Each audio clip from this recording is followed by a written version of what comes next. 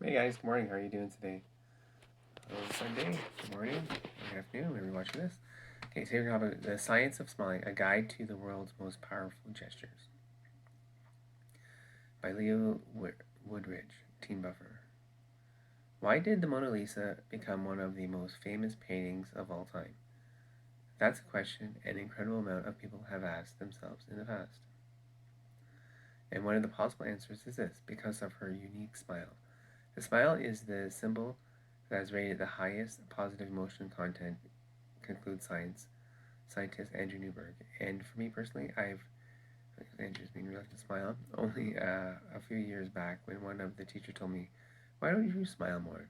Go learn how to do it." I started to research, learn about the power of smiling. I had a brief moment of disbelief when anyone can learn how to smile better, and yet since then, many years practicing smiling in the mirror and other occasions that a fact is often a little embarrassed to admit.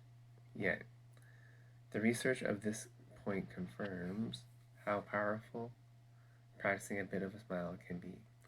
After discussing which words matter the most when we talk, digging into the facts of smiling was one of the most mentioned suggestions. So here we go. The science of smiling. What happens to our brain when we smile?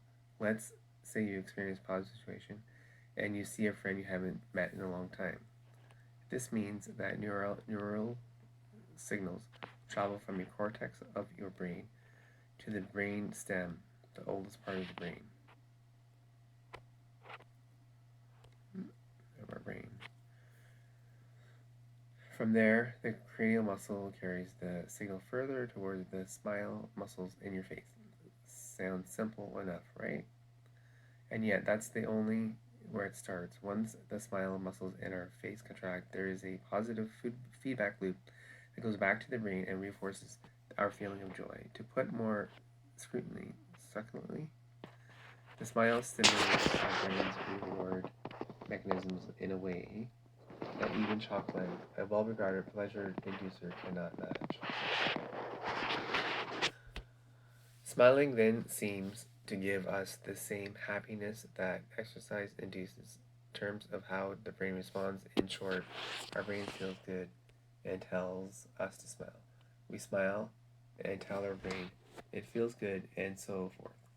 That's why, in a recent research, scientists concluded that smiling can be as stimulating as receiving as much as 116,000 pounds of sterling in cash. English, obviously.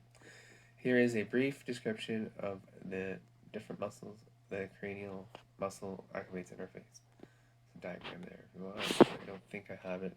It's quite in the face. So next one is real versus fake smiles. Can we tell the difference? Whether we smile, there are two potential muscles we activate. The first is the subcutaneous muscle. I'm not sure if I pronounced that right. Excuse me. And it controls the corners of your mouth. Whenever the muscle only is activated, it is not actually a genuine smile. That's funny looking. Scientists can also call this also the social smile. The second muscle known to show sincerity is the sorry, a binoculus oculic, and it encircles your eye socket. The true smile, also called the Duchenne smile, named after the famous scientist who first separated the mouth corners only smile from the eye socket. One. Here is a comparison. You can see a picture. We're gonna have a picture. Right. Our brain can, in fact, distinguish very easily between what's real and what's fake. In fact, researcher Daniel Nathaniel argues that three ways to do so. Our brain compares the geometry of a person's face to a standard smile. We think about the situation and judge whether a smile is expected. Most importantly, we automatically mimic the smile to feel ourselves whether it is fake or real. If it is real, our brain will activate the same areas from the smiler and we can identify it as a real one. Nathaniel then experimented with how important it is to be able to mimic smiles and whether we could still tell the genuine smiles from the fake ones. Dr. Neil Thamel and her colleagues asked the students to place a pencil between their lips. This simple action engaged muscles that could otherwise produce a smile. Unable to mimic the face they saw, the students had a much harder time telling smiles were real or which were fake. Interesting. Brought to you by Never Miss an Update from ad. So the fact that we can't try it for ourselves leaves us almost unable to identify any smile as fake or real. Which is this? So important though to know what and what doesn't trigger us to understand smiling. Here are some more insights. What smiling does for our health and success and feeling of happiness. Smiling can change our brain through the powerful feedback loop, which we discussed above. And our brains keep track of our smiles, kind of like a smile scorecard. It knows when you are smiled, and which overall emotion state you are in, therefore. Smiling reduces stress that your body and mind feels almost similar to getting good sleep, according to a recent study. And smiling helps to generate more positive emotions within you. That's why we often feel happier around children. They smile more on average. They do so 400 times a day. While as happy people still smile 40 times a day, the average of us only does it about 20 times. Why does this matter? Smiling leads to a decrease in the stress hormone that negatively affect our physical and mental health. It says the latest studies. In the famous yearbook study, they tracked the lives of women who had the best smiles in yearbook photos, compared to the rest of women who smiled the most, lived happier lives, happier marriages, and had fewer setbacks. Here's a sample of the women from the observed yearbook. I'll let you guess who was successful and who wasn't. Let's have. The baseball card study also found a clear correlation between how big a smile someone made on a baseball card and how long they would live. The people who smiled the most turned out to live 7 years longer than those who didn't.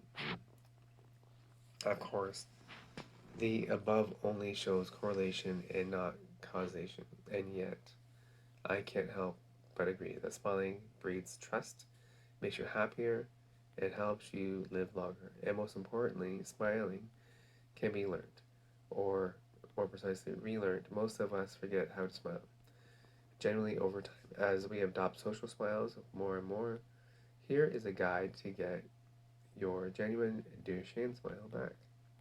Check it out. Okay, there's 3 steps. Get a better smile. Imagine a situation of joy before an event. One of the best ways to make your smile more genuine and real comes from research Andrew Newberg, which we just asked a person before they engage in a conversation with someone else, visualize someone they deeply love or recall an event that brought them deep satisfaction and joy. It's such an easy exercise, and we can train to do it in our workshops. Personally, I've tried to do the same experience before a phone call or even before writing an email. I found that people can always tell if you have a smile on your face, even if they don't see it. I've tracked how this improves response rates to emails I send a buffer related feature suggestions or partnerships, for example. That should most likely be another blog post. Practice smiling in front of a mirror. Here is some I've done for almost a few years in the morning. Stand in front of a mirror and smile. Practice to activate both corners of your mouth and your eye sockets. You will know whether your smile is genuine because you will immediately feel happy and relaxed. The power of a smile, even practiced in a mirror, is that it can invoke emotion immediately. Become comfortable with smiling. Mm-hmm. A lot of people, myself included, see smiling as something that makes you weak. I don't think so. Personally, I've found that developing a better smile starts with being very comfortable to smile out in front of your head. Well, if in your head you can imagine yourself going through the day and smiling a lot to everyone and everything, that's often when a happier life starts. Yes, this might seem like a small change in thinking, yet for him personally, that was the most important part to smile more every day. Quick fact: women smile more than men. Here's why. Here's something interesting. Researchers of France included that overall women smile a lot more than men. This comes not just from the fact that they might be happier, but also that socially it is more acceptable for women to smile. She says, and it doesn't stop there. In general, women are more accurate than men in detecting what is really going on with someone by looking at their face and listening to their voice.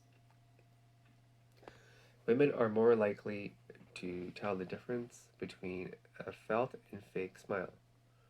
Smiling is definitely more than just contraction of muscles in your face. In fact, Mother Teresa's we shall never know all the good that a simple smile can do, reaches probably even further than imagined. What have you discovered about smiling? Let me know. Leave a comment. I'd love to see your insights on this. Thanks, guys. That's it for today for the reading. I hope you enjoyed that and smile some more. All right. See ya. Bye.